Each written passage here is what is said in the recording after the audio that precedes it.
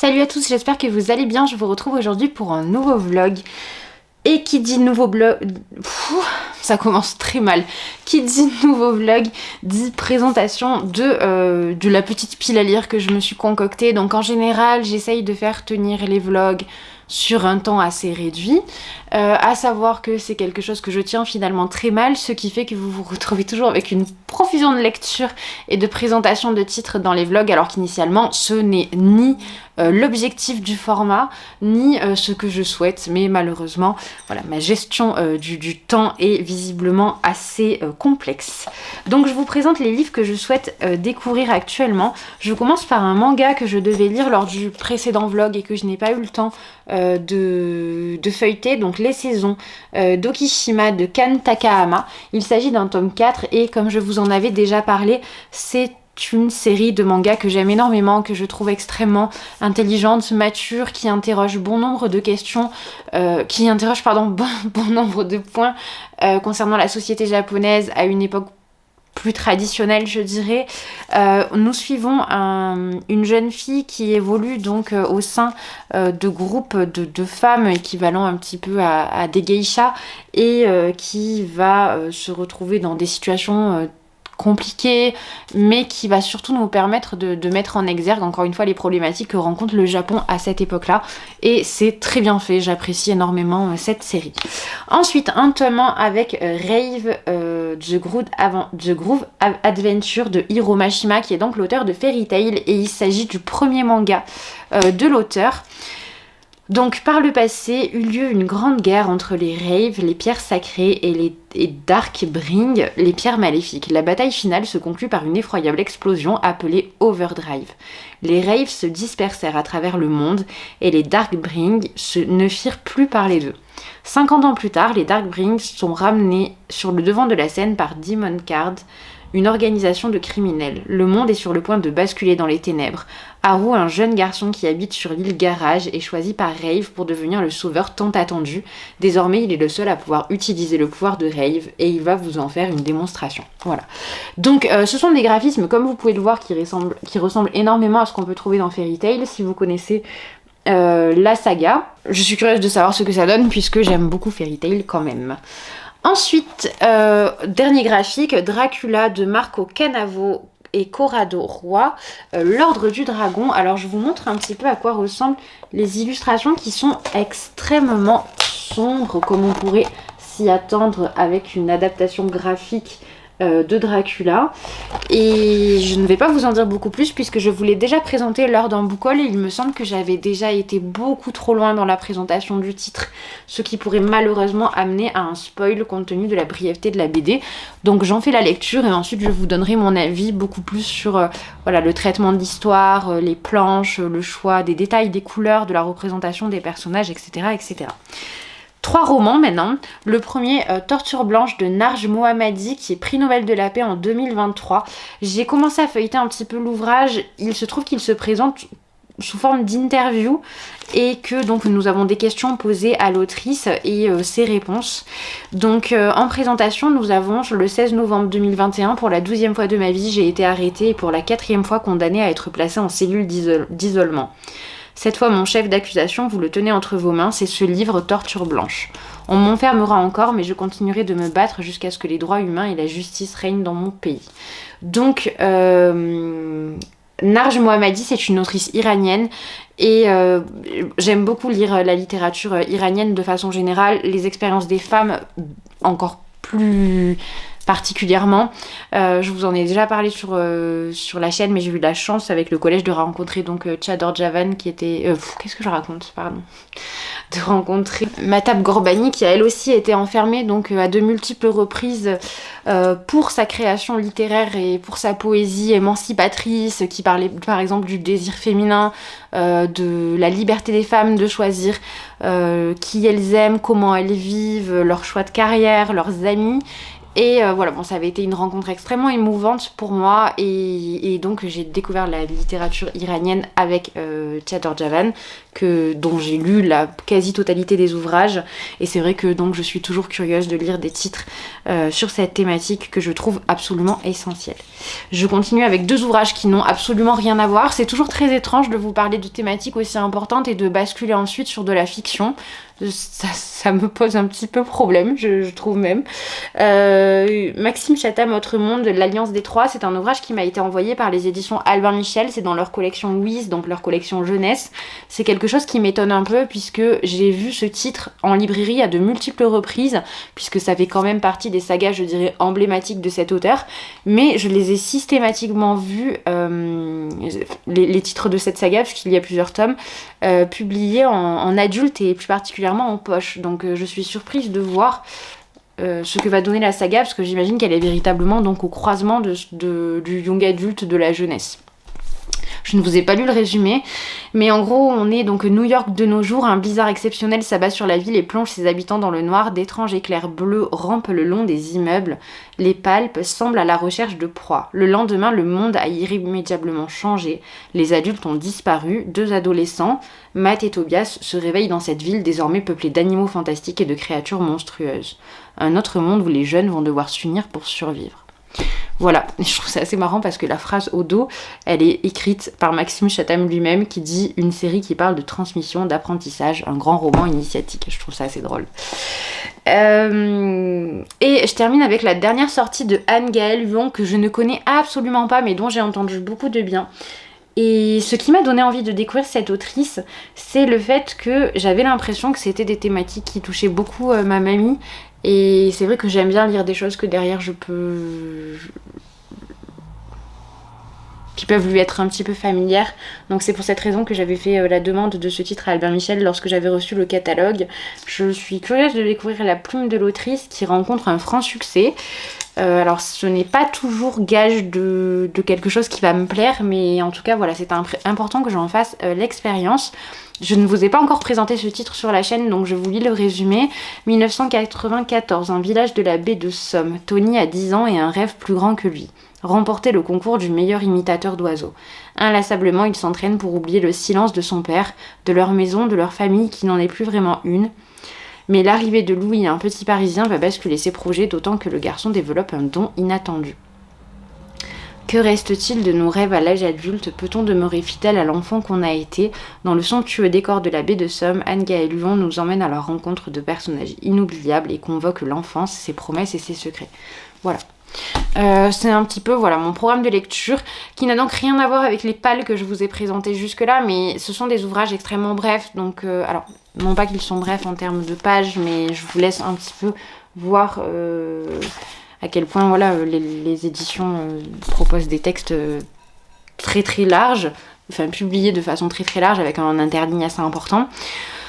Donc ces lectures devraient être rapides. Je vous présentais simplement ces titres pour ouvrir le vlog et maintenant je vais m'atteler donc à la tâche de les lire et je reviendrai vers vous lorsque ce sera fait. Je ne sais pas comment va être le cadre puisque je filme là pour la première fois et que j'ai chamboulé un petit peu toute l'organisation de mon bureau et de ma chambre. Je vous montrerai ça plus en détail plus tard dans ce vlog. Je voulais simplement vous montrer donc les quelques réceptions que j'ai faites aujourd'hui. Et donc voilà, faire un petit unboxing. Je vais essayer d'accélérer et de vous couper le son de l'ouverture des enveloppes et des colis si je me rends compte que c'est trop dérangeant au montage. Donc le premier colis me vient des éditions Doki Doki. Il s'agit du premier tome de... Alors attendez, j'enlève le communiqué de presse.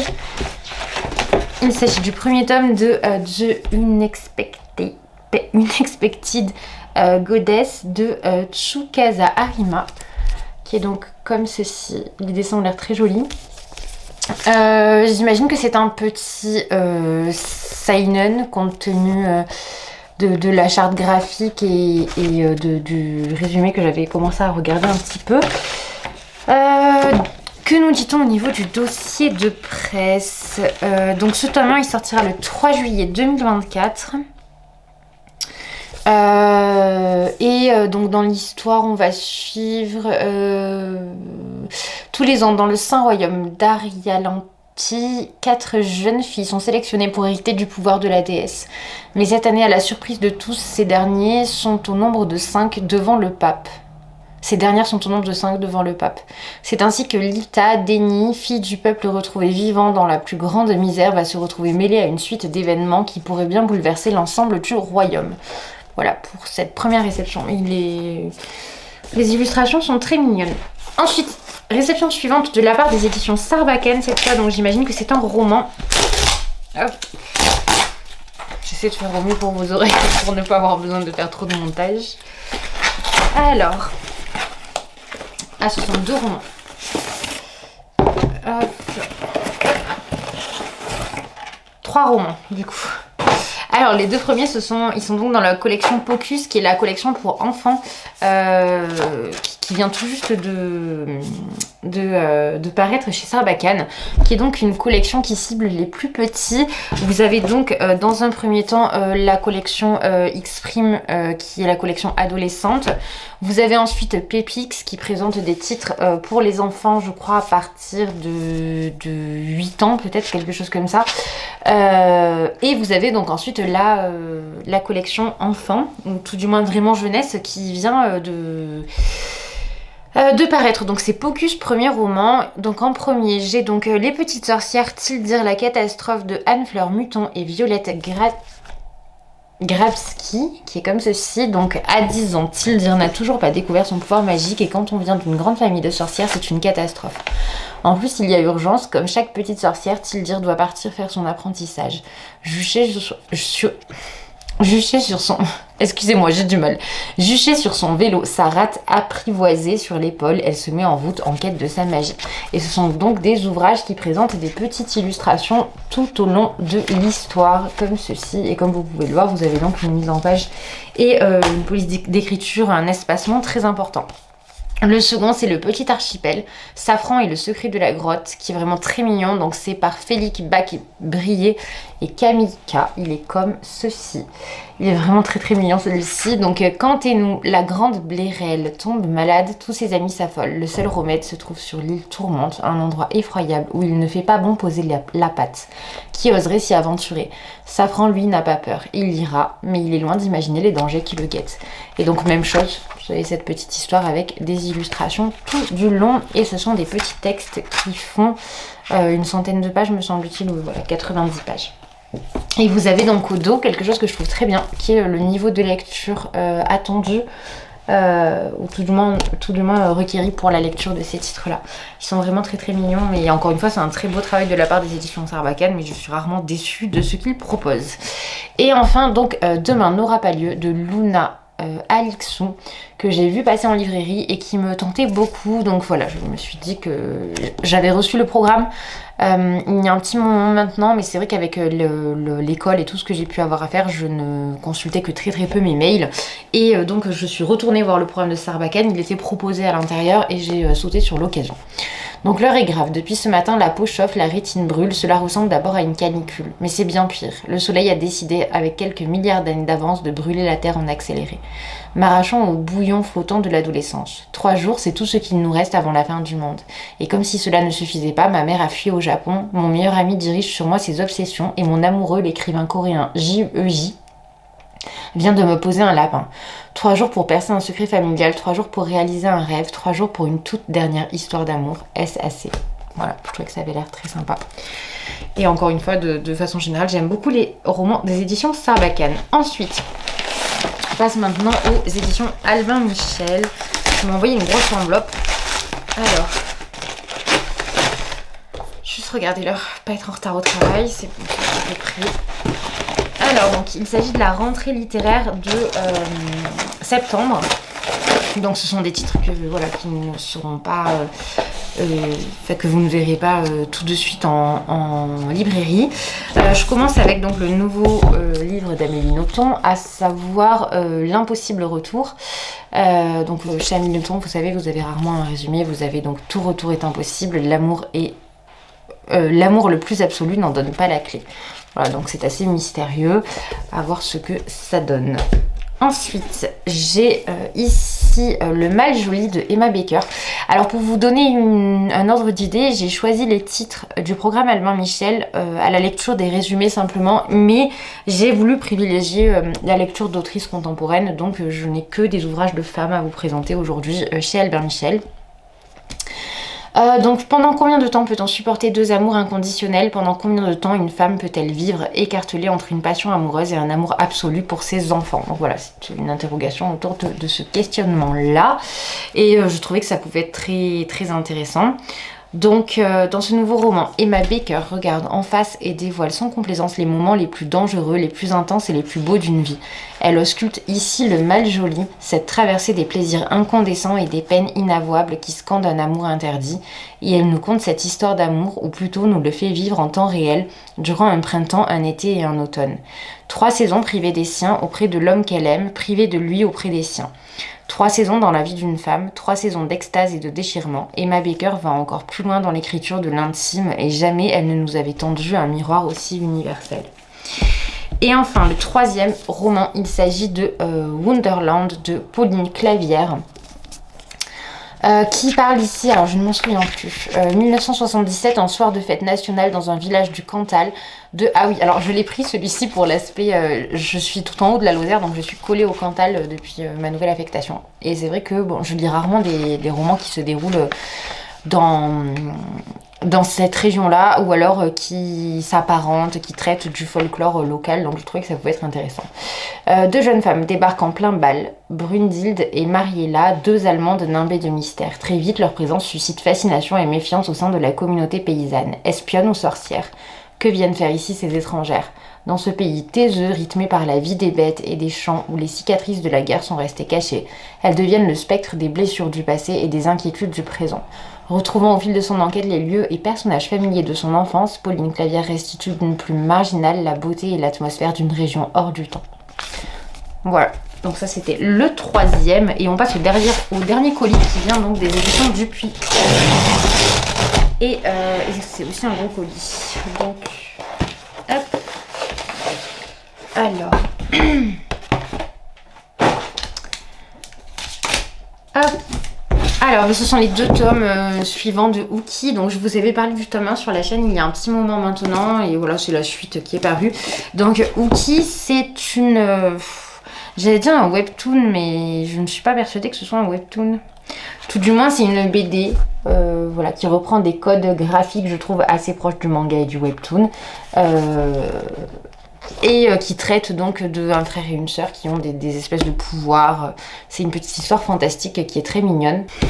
Et j'avais bien aimé le tome 1, donc voilà, j'étais curieuse de connaître la suite. Et je trouve que voilà, ces 2 tomes sont aussi très très jolis. Alors certes, ça reste une dimension purement esthétique, mais voilà, ce sont des titres qui me faisaient très envie. Donc voilà un petit peu pour les réceptions d'aujourd'hui. Je ne pense pas avoir le temps de tourner quelque chose pour Instagram avec ces titres-là, puisque quelle heure est-il? Puisque je vais partir au travail. Mais je ferai peut-être ça en rentrant. Bref, voilà, je range un petit peu aussi parce que c'est le bazar. J'espère que cette petite présentation vous a plu et je vous retrouve un petit peu plus tard. Je vous reprends pour faire un petit point sur mes dernières lectures et vous montrer un petit peu ce que j'envisage de lire là dans cette fin d'après-midi, donc en sortant du travail. J'ai prévu des graphiques parce que j'ai un petit peu la flemme. Mais je ne sais plus si je les avais déjà introduits dans un premier fichier prévu pour ce vlog, parce que ça fait un moment que je n'ai pas tourné, encore une fois comme d'habitude. Donc je suis un petit peu perdue, donc on verra bien si je vous en ai déjà parlé. Il y a 2 choses dont je ne vous ai pas parlé mais que j'ai lues là très récemment. Donc le premier c'est Night with a Cat, le tome 5 de Curio Z qui est publié chez Glénat, qui est un manga qui donc met en scène un frère et une sœur qui ont un chat. Qui s'appelle donc Kyoruga, je crois que c'est ça. Ce qui est intéressant dans ce manga, donc c'est vraiment la continuité, mais ce sont de toutes petites histoires, c'est-à-dire que une anecdote va tenir sur 1, 2 ou 3 pages, mais c'est vraiment extrêmement bref. Ce qui est intéressant, c'est que vous avez des sujets qui sont abordés avec un aspect très rigoureux et sérieux, en même temps qu'on est sur le ton humoristique et attachant du format, je dirais, manga sur les chats, bref, du seinen doudou, je dirais un petit peu. Donc ce manga, on est au 5e tome, mais encore une fois vous pouvez lire les tomes de façon tout à fait aléatoire, même si le premier est un petit peu plus important puisque c'est le moment où le chat arrive dans la vie de cette fratrie. Et donc voilà, on est dans la continuité de ces aventures là, c'est toujours aussi mignon. Je vous remontre un petit peu à quoi ressemblent les planches. Mais c'est un manga que je trouve très agréable, que j'aime beaucoup lire avant d'aller me coucher par exemple, parce que ça prend une quinzaine, vingtaine de minutes et que c'est tout doux. C'est vraiment pas quelque chose qui va être exigeant, en même temps que vous passez tout de même un bon moment et que vous sentez que voilà, ce n'est pas fait non plus pour... que le lecteur n'est pas pris pour un idiot pour autant.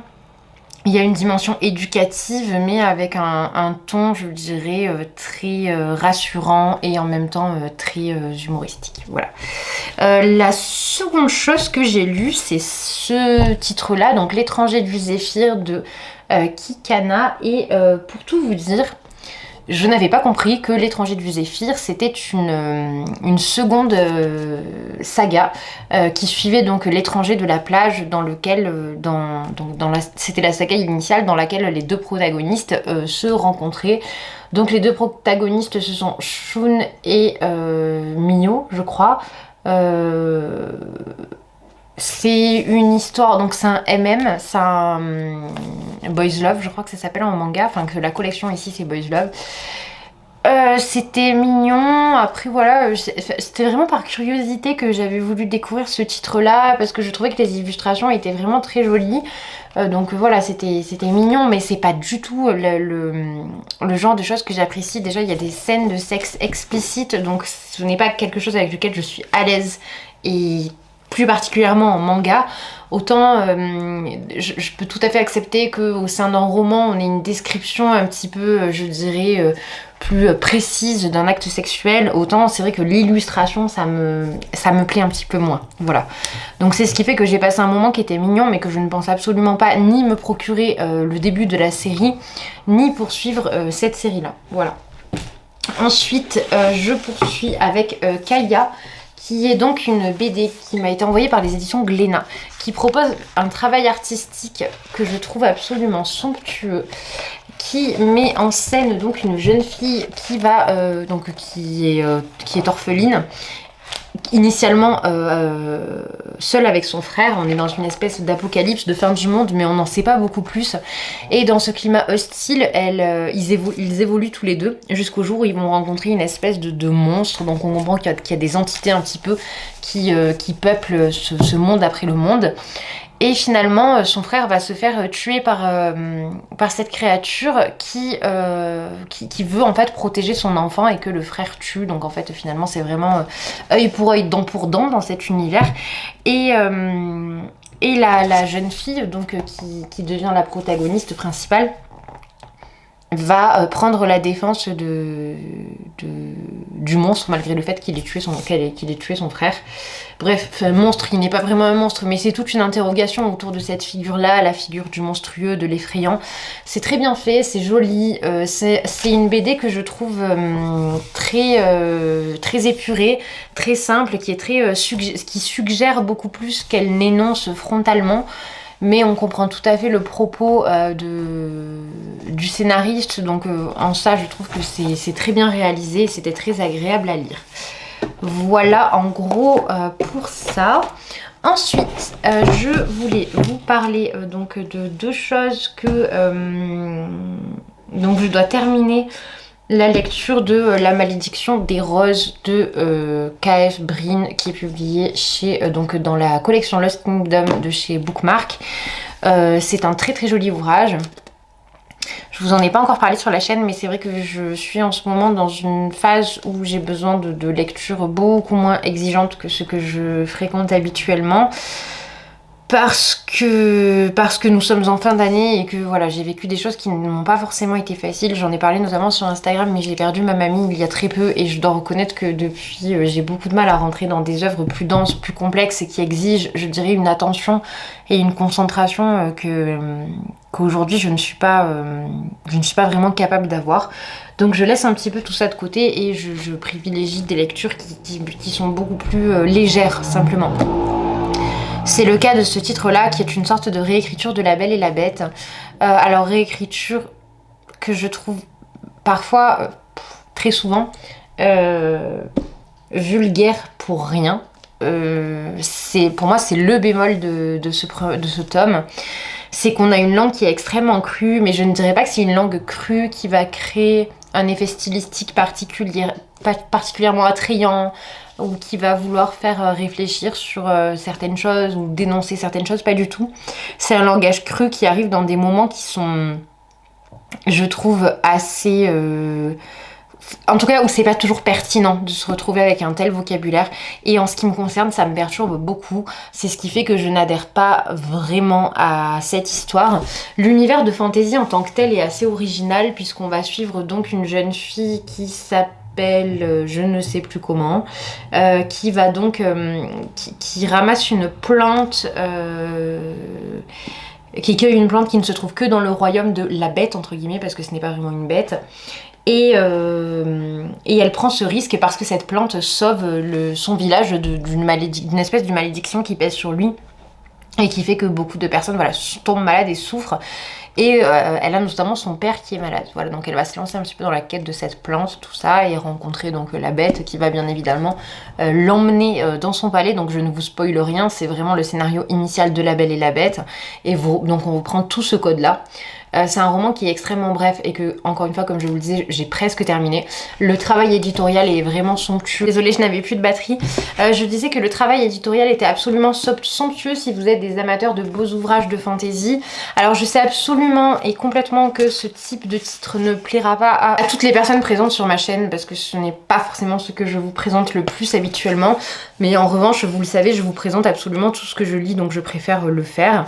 Sachez qu'il y a des trigger warnings pour ceux qui s'en inquiètent. Voilà, donc on vous dit, ce livre contient des scènes explicites et érotiques strictement réservées à un public adulte. Les thèmes et les descriptions présents dans ce livre peuvent ne pas convenir à tous les lecteurs.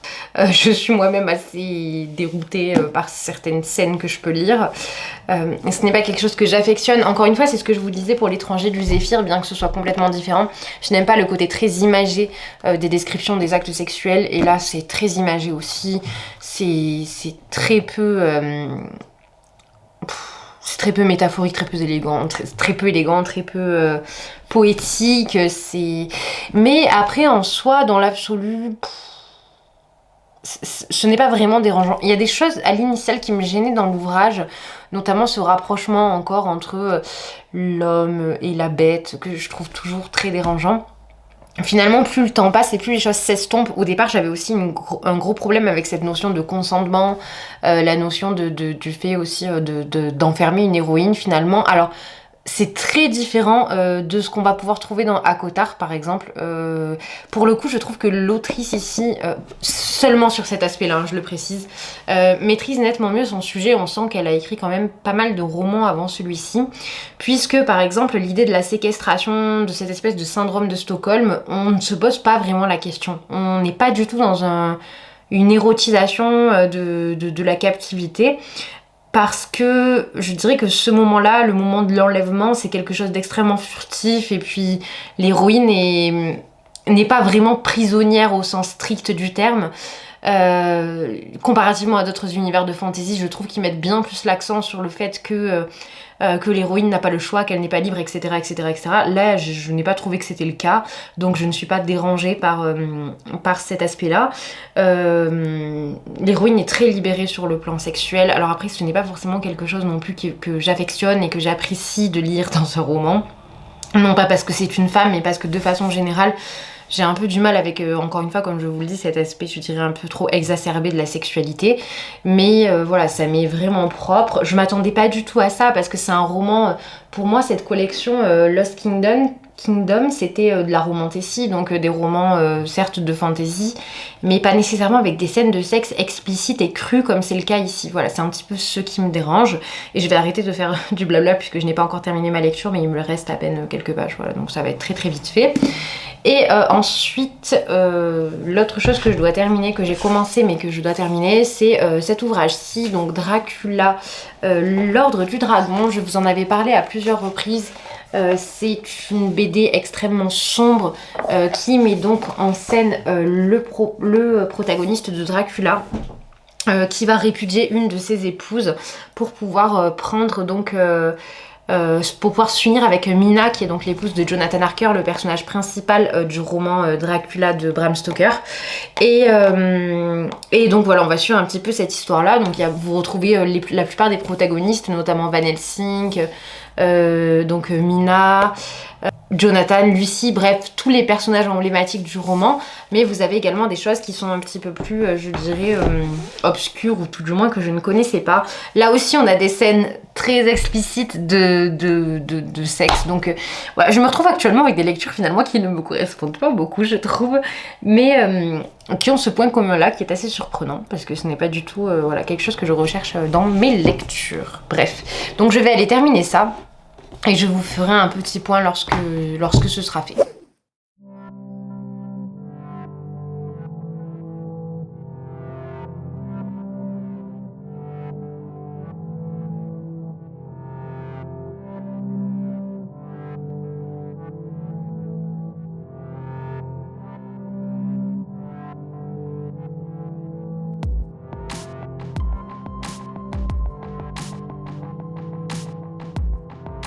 J'ai terminé cette lecture. Alors je pense que je vais beaucoup me contredire par rapport à ce que je vous ai dit avant, parce que en y retournant un petit peu, je trouve que c'est quand même extrêmement vulgaire. Je trouve que il y a un élément dont je ne vous ai pas parlé et qui m'embête un petit peu. Il y en avait qu'un, mais il y en a plusieurs, mais il y en a un particulièrement. C'est le fait que les personnages de ce roman possèdent une espèce de créature en eux, donc leur monstre un petit peu. Et cette créature, elle va être porteuse justement de toutes les pulsions violentes et sexuelles que les protagonistes peuvent avoir. Donc c'est vraiment une justification aussi des comportements déviants sur différents plans, par le biais de ces monstres-là. C'est assez bizarre en fait, parce que c'est un livre qui semble vouloir s'émanciper d'une forme de morale qu'il critique quasi ouvertement, parce qu'on a beaucoup de libertinage par exemple dans cet ouvrage, et en même temps qui n'assume pas son propos parce qu'il a besoin donc de se justifier par le fait que voilà que les humains sont possédés par ces espèces de monstres là et d'entités qui viennent un petit peu je dirais représenter leur côté pulsionnel. Donc c'est assez dérangeant tout cet aspect là. Alors je ne défends aucun des deux aspects, je m'en fiche complètement. Je dis simplement que si un auteur a un propos à défendre ou qu'il veut mettre en avant, il n'y a peut-être pas besoin de passer par cette justification qui dédouane complètement et déculpabilise complètement les personnages, qui ne les laisse pas mettre pleinement des situations qu'ils vivent. Bref, ce type d'éléments là je n'aime pas beaucoup, et c'est pour cette raison que voilà, bon, je l'ai terminé. C'est déjà, franchement, c'était pas bien parti pour que ce soit le cas, sachez-le, parce que je n'ose pas vous lire certains passages, mais je vous assure qu'il y a des choses qui m'ont... C'est au-delà du langage cru, c'est vraiment vulgaire. Et encore une fois, ce n'est pas un vulgaire qui sert un propos particulier, ce n'est pas un vulgaire qui va trouver une forme d'élégance ou ou qui va même être cathartique, pas du tout, c'est vraiment juste vulgaire pour être vulgaire, et cet aspect là m'a pas beaucoup plu, voilà. Après franchement c'était divertissant, mais honnêtement je préfère être divertie avec autre chose, c'est pas ma tasse de thé, voilà. En ce qui concerne Dracula, je vous ai pas encore fait le point dessus. Pareil, donc j'ai terminé l'ouvrage. Même souci, je pense que ça va être le titre de ce vlog. Il y a des choses qui sont trop explicites et trop crues, qui ne me plaisent pas beaucoup. Donc voilà, j'ai pas été pleinement convaincue par cet ouvrage-là, non plus. je pense que c'est tout. Je voulais vous montrer un petit peu ce que j'envisage de lire là un petit peu plus tard. Déjà, il y a ces deux titres-là qui sont donc Mars et Jupiter. Ce sont 2 BD. Donc c'est une nouvelle collection chez Glénat. Personnellement, ça me faisait beaucoup penser à la Sagesse des Mythes au niveau de la présentation des ouvrages. Ça s'appelle le système solaire ici, donc je suis persuadée qu'il n'y aura pas de scène de fesses dans le système solaire, ce qui me va très bien. Et encore, j'ai tellement de chance actuellement que sait-on jamais. Mais bon, déjà sur Jupiter, ça va être plus compliqué. Donc on a Jupiter à bord d'un vaisseau extraterrestre, une équipe de scientifiques terriens fait route vers la 5e planète du système solaire située à plus de 591 millions de kilomètres de la Terre. Leur but, explorer Jupiter, cette géante gazeuse qui mesure plus de 11 fois le diamètre de la Terre. Mais comment faire lorsqu'une planète n'a pas de sol où se poser? Même avec l'aide de la technologie avancée de l'extraterrestre Clark, peut-on s'enfoncer sans être désintégré dans les tourbillons de gaz dont les tempêtes font 2 fois la taille de notre planète? Et si certains des 95 satellites de Jupiter comme Europe ou Ganymède, qui recèlent d'étonnants mystères, abritaient la vie sur leur surface glacée? Donc ça c'est pour Jupiter. Donc c'est vraiment de la science-fiction. Et en ce qui concerne Mars, et si le premier voyage pour Mars commençait sur la Lune? Enfoui sous la poussière de sa face cachée, un vaisseau spatial est découvert avec à son bord un seul survivant d'un crash qui s'est produit voici des milliers d'années. L'extraterrestre surnommé Clark accepte... Ah bah du coup, d'accord. Donc le Clark qui est là, j'imagine que c'est le Clark qu'on rencontre ici. L'extraterrestre surnommé Clark accepte d'embarquer une équipe des meilleurs scientifiques de la Terre pour accomplir un périple... Ah non, c'est juste que c'est lui qui leur fait faire les voyages, d'accord. Extraordinaire, première étape, la mythique Mars, dont les poussières ne sont qu'un des innombrables dangers qui attendent les explorateurs. Que vont-ils découvrir? Quels sont les secrets de la planète rouge? Que s'est-il donc passé pour que Mars se soit transformé en un rocher glacé apparemment mort? La vie a-t-elle pu y voir le jour? Voilà. Donc des interrogations assez classiques en ce qui concerne... l'idée générale de la conquête spatiale. Donc déjà j'aimerais lire ça ce soir et je vais commencer aussi, je vous le montre, ce livre là, donc Bretzel Break. J'adore le titre. Je suis une grande passionnée de bretzel. Alors c'est très étonnant pour quelqu'un qui vient du sud de la France parce que c'est très récent, je dirais, l'espèce de démocratisation du bretzel, que ce soit en boulangerie ou même de petits stands qui en vendent, même à Montpellier, ce n'est pas quelque chose que j'ai toujours vu, ou alors c'était vraiment quelque chose de très marginal, mais aujourd'hui ça s'est beaucoup démocratisé, j'en suis très contente parce que donc j'adore les bretzels. Bref, la conversation n'est pas là, ce vlog part dans tous les sens. Dans cette histoire, on suit donc Victoire qui a 17 ans, qui a une petite voix dans sa tête qu'elle nomme Défaite, qui passe son temps à la critiquer, la rabaisser. Je suis désolée si le trépied bouge, mais Indy est en train... Mais je vous montre de toute façon. Voilà, Indy est au pied, est littéralement couchée sur le trépied. Et voilà, dès que je le déplace, elle se remet dessus de toute façon. Donc bon, voilà, c'est pas... Ah, ça ne lui a pas plu. Bref. Donc à tel point que Victoire n'arrive à se regarder qu'à travers l'écran de son portable. Elle est plutôt populaire sur les réseaux sociaux et elle n'a pas sa langue dans sa poche quand il s'agit de mentir. Écrasée par le poids du masque qu'elle porte depuis des années, elle perd pied. Ses parents l'envoient alors faire les vendanges, affronter la réalité, la vraie. Entre les insectes, le soleil, le rythme intense et les douleurs persistantes, Victoire doute d'avoir une révélation. Pourtant elle ouvre les yeux sur ce qui l'entoure, le gang des grabataires, la bande des conscrits et Gaëtan. Se pourrait-il qu'elle ne soit pas la seule à souffrir? L'amour est-il envisageable lorsqu'on a tant de mal à s'aimer soi-même? Voilà, donc c'est vraiment quelque chose de tout simple, c'est un ouvrage jeunesse adolescent plutôt d'ailleurs, publié chez les éditions Slalom, qui ont eu la gentillesse de me le faire parvenir, donc voilà, à voir ce que ça donne. Et comme je vous le disais, je trouve que ça répond bien à mes exigences actuelles, à savoir des lectures qui sont tout de même très abordables d'un point de vue stylistique et d'un point de vue de l'exigence intellectuelle qu'elles requièrent. Donc je pense que toutes les cases sont cochées. Si j'ai encore du temps et de la volonté, j'aimerais lire le tome 3 de L'amour dans le thé. L'amour est dans le thé, en sachant que je n'ai pas lu le tome 2, donc j'espère que je ne serai pas perdue parce que voilà, Glénat m'a envoyé directement le tome 3 et les saisons d'Ogishima dont je vous ai déjà parlé à de multiples reprises sur la chaîne, qui est une saga que je trouve brillamment écrite, qui aborde une thématique pour le coup un petit peu plus lourde que ce dont je vous ai parlé jusque là, puisqu'on parle beaucoup donc de la condition des femmes au Japon. Je suis désolée, Indy est en train de se battre avec le tapis, ça va aller? Allez, viens là. Donc voilà, enfin c'est vraiment un manga que j'apprécie beaucoup, je vous en ai parlé plusieurs fois, donc je vous ferai un point plus précis peut-être lorsque j'aurai lu ce 4e tome. Et je vais vous laisser, je vous reprendrai un petit peu plus tard, j'ai des vidéos à filmer, notamment un book haul gigantesque parce que je n'ai pas filmé depuis très très longtemps.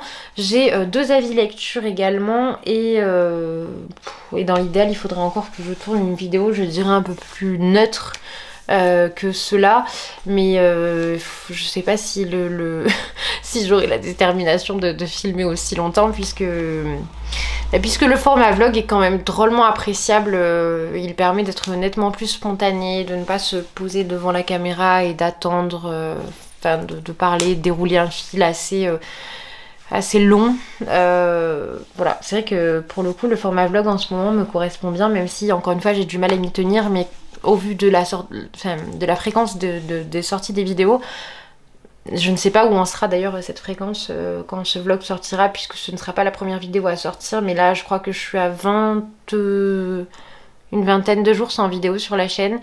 Après, comme je vous l'ai dit, ce n'est pas forcément une période facile non plus.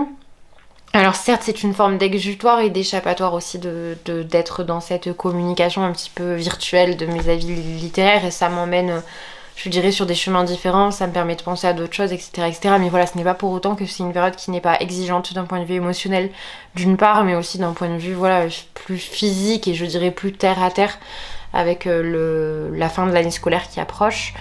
Bref. Tout ça pour dire que je dois les filmer. Je vous dis à plus tard quand je me lancerai dans les lectures que je vous ai montrées juste avant.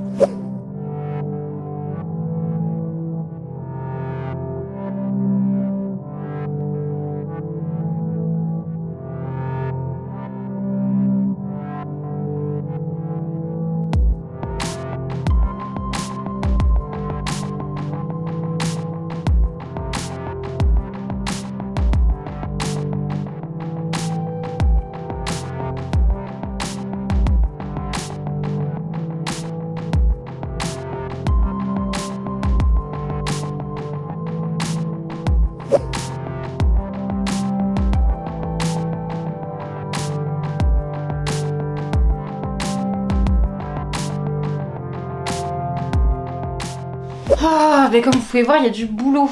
Voilà. Donc je vais me mettre à tourner le book haul tout de suite. Ça devrait être un petit peu mieux. Déjà, j'ai de la batterie. Alors attendez, je reviens. Je vais chercher un mouchoir cette fois. Donc, je vous disais... Pardon.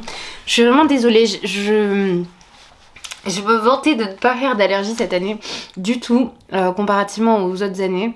Simplement que je ne quitte jamais ma salle de classe. Je suis partie me promener cet après-midi. Et voilà, c'est la catastrophe. Bref, donc je continue parce qu'il y a quand même pas mal de choses. Donc l'amour est dans le thé, le tome 3. Franchement, c'est une petite saga. C'est un shoujo qui est plutôt mignon parce qu'il y a une histoire aussi avec une petite fille. En fait, on suit une jeune femme qui revient dans sa maison de famille qui était... Enfin, sa famille, son père, tenait une espèce de...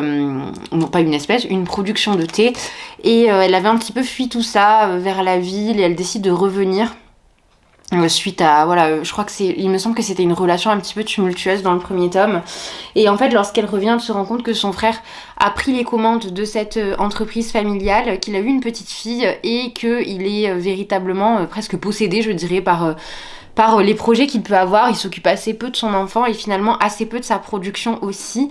Et donc il a mis à sa tête un homme que notre héroïne va apprendre à découvrir. Et en fait on est sur cette espèce de trope mariage arrangé qui ne me plaît pas beaucoup. Je trouve que le manga est divertissant, mais je continuerai peut-être dans la mesure où, encore une fois, voilà, c'est divertissant. Mais ça fait pas du tout partie de mes mangas préférés. Ce n'est pas forcément quelque chose que je vous recommande si vous n'aimez pas les shoujo hyper cucu, hyper prévisibles, parce que véritablement vous n'aurez aucune surprise dans ce titre là. Il faut vraiment partir avec cette idée là.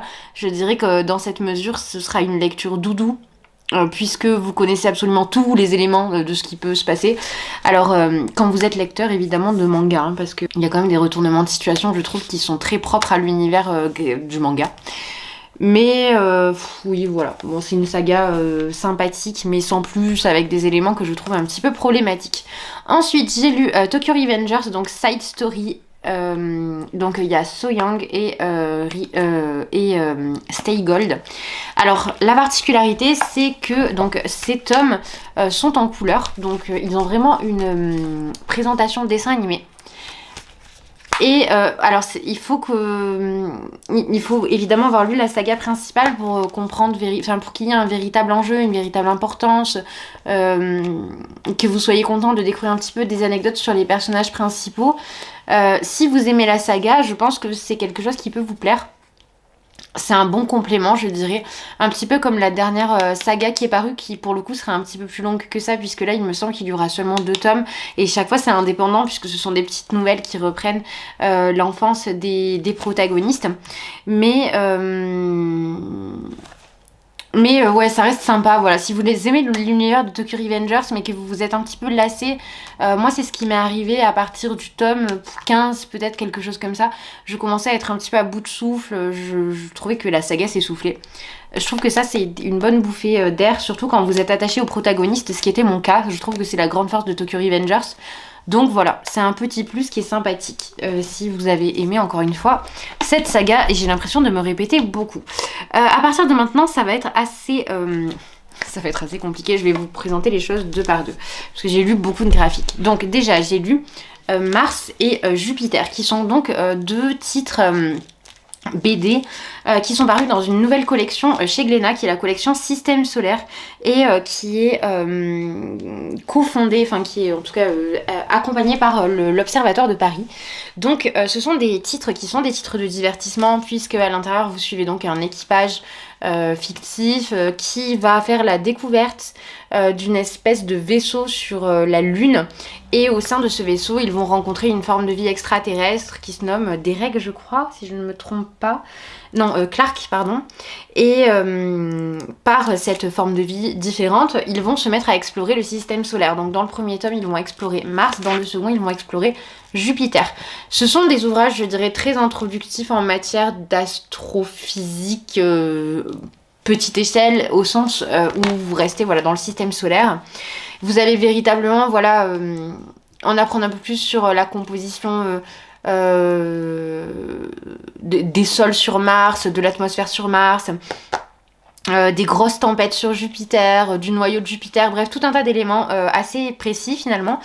Au niveau du tome sur Jupiter, ce dont on va beaucoup parler, c'est donc de Ganymède, Io, Ganymède, Callisto, Io, et il m'en manque une dans les 4 grandes lunes de Jupiter, je ne sais plus.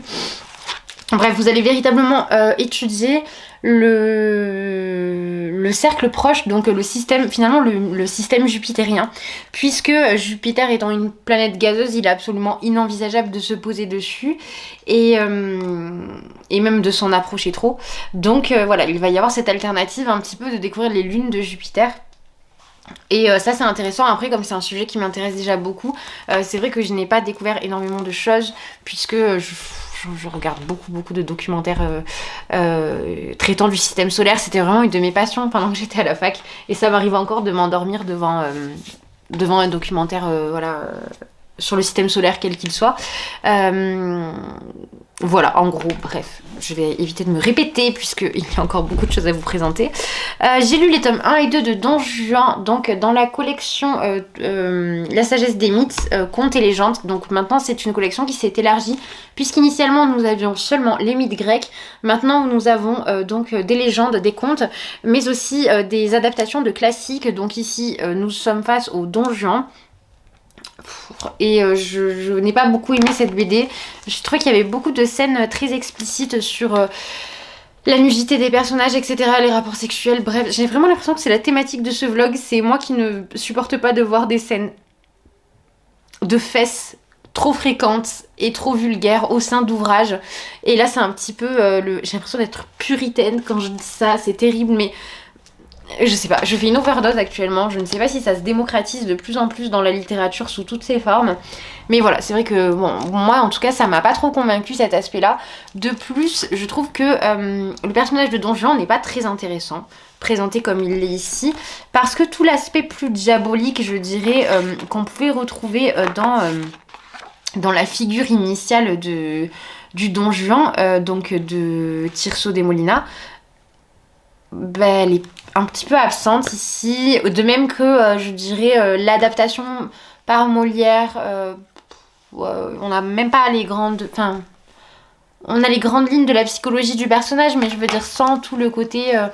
sans tout ce qui était intéressant chez Molière. Voilà, donc c'est pour cette raison que la BD m'a paru finalement assez fade et que je ne vous la recommande pas particulièrement. Très honnêtement, je pense qu'il vaut mieux faire la lecture du Don Juan sous n'importe quelle forme. Ce sera bien plus complet. Ensuite, alors pour le coup, là, ce sont des adaptations qui sont très fidèles. En même temps, ce sont des BD qui font une 50aine de pages et le mythe d'Adam, enfin l'histoire d'Adam et Ève dans la Genèse, ça représente à peu près, je sais pas, peut-être 3 paragraphes, 4 paragraphes. Attendez, je vais regarder, mais vraiment pas grand-chose. Alors, c'est au début de la Genèse. Donc, le Jardin d'Éden. Ouais, donc en admettant que je compte même tout le Jardin d'Éden. Même en admettant que je prenne ça, pour vous donner un ordre d'idée, l'histoire d'Adam et Ève, ça fait ça. Donc cette partie ici, cette toute petite partie-là, ici, et à partir d'ici, Adam et Ève sont chassés du Jardin d'Éden. Et là, ici, vous avez l'histoire de Caïn et Abel. Donc en l'espace de 2 pages et demie dans la Bible, vous avez l'histoire d'Adam et Ève. Donc nécessairement, quand vous vous retrouvez avec une BD d'une 60aine de pages sur le sujet, en sachant que vous avez ensuite un dossier, comme c'est souvent le cas dans la sagesse des mythes, comme c'est toujours le cas dans la sagesse des mythes, présentant plus en détail la thématique par des œuvres d'art, par les appropriations qui ont pu être faites dans de multiples domaines, nécessairement c'est complet. Voilà, donc c'était bien fait. Voilà. Même chose pour l'Arche de Noé. Alors là, je vais pas... C'est dans la Genèse aussi, mais... Alors, voyons voir. Je vais vous dire comment... Alors là, pour le coup, je pense que c'est plus bref encore. À moins que... donc la tour de Babel, c'est après. Donc avant, voyons voir. Caïn et Abel. Non, liste des patriarches d'Adam à Noé, trop long. Dieu décide d'épargner Noé. Donc à partir... Donc le moment où donc, Dieu prévoit de sauver Noé, ici, cette partie-là, la construction de l'arche, le déluge. Le déluge, Noé sort de l'arche et Dieu fait alliance avec Noé. Et c'est tout. Puis, ah si, on voit les fils de Noé. Bon, en gros, là, c'est pareil. En gros, c'est 3 pages dans la Bible et BD de 60 pages. Donc, nécessairement, c'est très complet. Je peux vous montrer un petit peu les illustrations si vous le souhaitez. Ce sont des illustrations, je trouve, assez similaires de toute façon avec ce qui avait été fait jusque-là, puisqu'il me semble que les auteurs et illustrateurs ne sont pas très différents. Mais voilà, si vous aimez ce type de graphisme, la quasi-totalité de la collection est dans cet esprit-là. Et enfin, je terminerai avec Carmen. Alors, curieusement, je n'ai jamais lu Carmen, ni le Mérimée, ni récemment. Alors, récemment, il y a peut-être quand même, il y a quelques années quand même, Benjamin Lacombe a fait une adaptation. J'ai l'ouvrage dans ma bibliothèque, mais je ne l'ai pas lu. Je vous montre un petit peu. Je ne connaissais pas le personnage de Carmen. Alors je connaissais grossièrement l'histoire qu'il y a autour, mais absolument pas l'histoire dans son détail. Et je suis curieuse de lire l'ouvrage, mais je trouve que dans la BD, voilà, les choses sont beaucoup trop brèves. Un petit peu le même problème que dans le Don Juan, puisque ce sont des personnages qu'on veut présenter de façon un petit peu similaire. Le côté quasi démoniaque de Carmen, avec cette espèce de fascination qu'elle va exercer sur les autres. Il n'est pas très explicite, ou alors quand il est de façon presque vulgaire, donc je n'ai pas beaucoup apprécié non plus. Voilà, j'ai pas trouvé que c'était très concluant. Mais dans l'absolu, ça restait toujours beaucoup plus intéressant que le Don Juan, mais après c'est peut-être parce que je n'ai pas la connaissance du personnage en question. Peut-être qu'avec la lecture plus approfondie de titres concernant Carmen, je n'aurais pas cette grille de lecture-là. Donc dans l'ensemble, je suis plutôt mitigée sur cette lecture-ci, et je suis désolée si le trépied bouge, j'ai Indy qui fait des câlins, donc c'est un peu compliqué. Je pense que je vais vous laisser ici pour ce vlog-là. Je vais en entamer un autre pour plus tard, puisque j'ai encore quelques lectures graphiques à effectuer et que je préfère toujours vous présenter les graphiques sous ce format-là. Pour moi, c'est beaucoup plus pratique parce que j'ai tendance à lire beaucoup plus vite, simplement. Ce qui semble logique, mais voilà, je pense que là, je vous ai parlé de beaucoup de choses. En revisionnant rapidement la première partie de ce vlog, je me suis rendu compte que je vous avais parlé du Rossignol de Anne Gaëlle Huon. C'est un ouvrage qui sera chroniqué dans un des prochains avis lecture, donc je vais pas rentrer dans les détails ici. Je vous avais également parlé de l'Alliance des Trois de Maxime Chatham que je n'ai pas lu et que je n'envisage plus de lire, ou tout du moins pas tout de suite parce que je n'ai pas envie tout simplement. Et entre temps j'ai fait bon nombre de lectures audio que je vous présenterai également en avis lecture, puisque ce sont sur des titres comme par exemple Force Wing qui donc voilà, vont exiger que je prenne peut-être un petit peu plus le temps d'exposer mon avis, et puis tout simplement je préfère présenter ces titres là en avis lecture. J'espère que cette vidéo vous a plu malgré sa longueur et encore une fois la quantité de titres que je vous présente. J'espère que ça a été assez clair aussi, parce que c'est vrai que juste là je vous sentais présenter une dizaine et je m'en excuse. On se retrouve très bientôt sur la chaîne, je vous souhaite une très bonne journée ou une très bonne soirée et je vous dis à bientôt.